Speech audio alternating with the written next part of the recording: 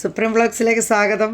ഞാനിതെന്താ കപ്പ ചീനി മരച്ചീനി ഒക്കെ നുറുക്കി കൊണ്ടുവന്ന് കഴുകിയൊക്കെ വൃത്തിയാക്കി കൊണ്ടുവന്നിരിക്കുകയാണ്. നമുക്ക് ഇത് വെച്ചൊരു നല്ല അടിപൊളി സ്നാക്സ് ഉണ്ടാക്കാം. ബായോ. അപ്പോൾ ഞാനതൊക്കെ ഒന്ന് കഴുകി വൃത്തിയാക്കിയിട്ടുണ്ട്. ഞാൻ അടുപ്പിൽ വെള്ളം വെച്ചിട്ടുണ്ട്. നമുക്ക് ഈ കപ്പയൊന്ന് പുഴുങ്ങിയെടുക്കാം.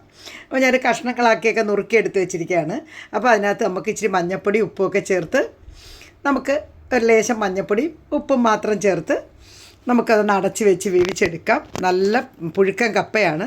അപ്പം നല്ല കപ്പ, കയ്പൊന്നും ഇല്ലാത്ത കപ്പ വേണം എടുക്കാൻ. അപ്പം ഞാനതെല്ലാം ഒന്ന് പുഴുങ്ങി എടുത്തിട്ടുണ്ട്. എന്നാണ്ടേ, അപ്പം നമുക്കിനി ഇത് കപ്പ ഇതിനകത്ത് വേറെ ബൗളിലോട്ട് മാറ്റുക. ഇനി നമുക്കതൊന്ന് ഉടച്ചെടുക്കണം. അപ്പോൾ നമുക്കതൊന്ന് ഉടച്ചെടുക്കാം. വൃത്തിയായിട്ട് അതൊന്ന് നല്ല വെന്ത കപ്പയാണ്, നല്ല ഇനം കപ്പയാണെങ്കിൽ നമുക്കിത് നല്ലൊരു സ്നാക്സ് ഉണ്ടാക്കുകയാണേ.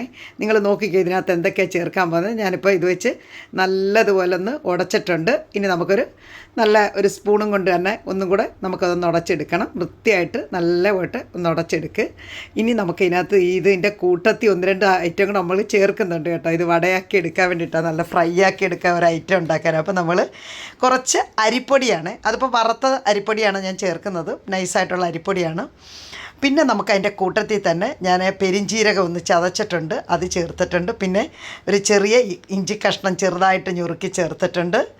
ഇനി നമ്മൾ ചെറിയ സവാള ചെറുതായിട്ട് കുറച്ചൊരു പകുതി സവാള അരിഞ്ഞ് ചേർത്ത് ഒരു പച്ചമുളകും ചെറുതായിട്ട് അരിഞ്ഞ് ഇനി ഇത് മൊത്തത്തിൽ നമുക്കൊന്ന് കൈകൊണ്ട് കുഴച്ചെടുക്കാം. ഒരു ലേശം കരിയാപ്പിലയും കൂടി ഇട്ട്, അപ്പോൾ നമുക്ക് വേണമെങ്കിൽ ഒരു കയ്യിൽ പറ്റുന്നെങ്കിൽ ഒരു ലേശം എണ്ണമയം വെളിച്ചെണ്ണമയം ഒന്ന് കയ്യിൽ ഓയിൽ പരട്ടിയിട്ട് നമുക്ക് അത് നല്ലപോലെ ചപ്പാത്തി പരുവത്തിൽ നമുക്കിതൊന്ന് കുഴച്ചെടുക്കാം. നല്ലതായിട്ട് മൊത്തത്തിൽ കുഴച്ചു, കാരണം ഉപ്പിനി ചേർക്കണ്ട. ഇനി നമുക്ക് ഇതാണ്ട ഞാനത് പരത്തുവാണേ. അപ്പോൾ നമ്മുടെ കൈവെള്ളയിലോട്ട് വെച്ച് വട പോലെ തന്നെ നമ്മൾ പ്രത്യേകിച്ച് ഒന്ന് ഉരുട്ടി ഒന്ന് പരത്തി വയ്ക്കാം. നമുക്ക് അങ്ങനെ മൊത്തത്തിലൊന്ന് ഞാൻ പ്ലേറ്റിനകത്തോട്ട് ഒന്ന് നമുക്ക് നല്ലപോലെ പരത്തി എടുക്കാൻ പറ്റും. അപ്പോൾ നമുക്കിതൊന്ന് പരത്തി നോക്കാം. പരത്തിയൊക്കെ എടുത്ത് വെക്കുകയാണ്. നല്ല ടേസ്റ്റായിരിക്കും, നല്ല സോഫ്റ്റായിരിക്കും. അപ്പോൾ കപ്പ സാധാരണ എല്ലാവർക്കും അങ്ങനെ കഴിക്കാൻ പറ്റത്തില്ല. ഇങ്ങനെ ഒന്ന് ഉണ്ടാക്കി നോക്കണം, കാരണം അത്ര രുചികരമാണ്. ഒരു സ്നാക്സായിട്ട് കഴിക്കാം. പെരിഞ്ചീരമൊക്കെ ചേർത്ത്. അപ്പോൾ ഞാനിനി ഇത് വറുത്തെടുക്കാനായിട്ട് കടായി അടുപ്പ് വെച്ചിട്ടുണ്ട്. വെളിച്ചെണ്ണയാണ് ഒഴിക്കുന്നത്. വെളിച്ചെണ്ണ വറുത്തെടുക്കാം. അപ്പോൾ പിള്ളേർക്കൊക്കെ ഇഷ്ടമാണ്. അപ്പം ഞാനിനി നമുക്കിതൊന്ന് എണ്ണ നല്ലപോലെ ചൂടായിട്ടുണ്ട്. നമുക്ക് നല്ല ചൂടായതിന് ശേഷം ഇതിടാവൂ. അപ്പോൾ നമുക്ക് കുറേശ്ശെ ഇട്ട് വറുത്ത് കോരാം. അപ്പോൾ അത് മൂന്നെണ്ണം വെച്ച് ഞാനിങ്ങനെ എടുക്കുകയാണ്. ചെറിയ കടായിയെ വെച്ചേക്കുന്നത് കൊണ്ടേ.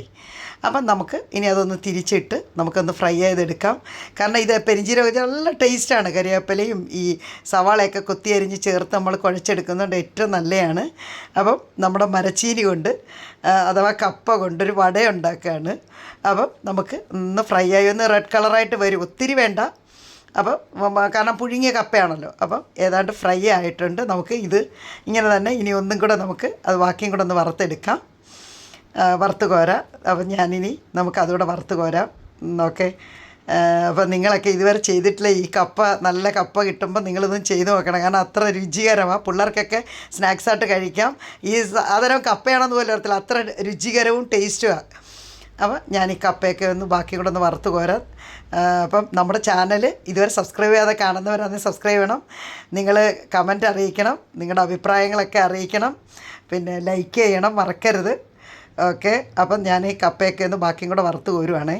എല്ലാം ഒന്ന് വറുത്ത് കോരിയതിന് ശേഷം നമുക്ക് കാണാം. അപ്പോൾ ഞാനതൊന്ന് മുറിച്ചൊക്കെ കാണിച്ചു തരാം കേട്ടോ, അത്ര രുചിയാണ്.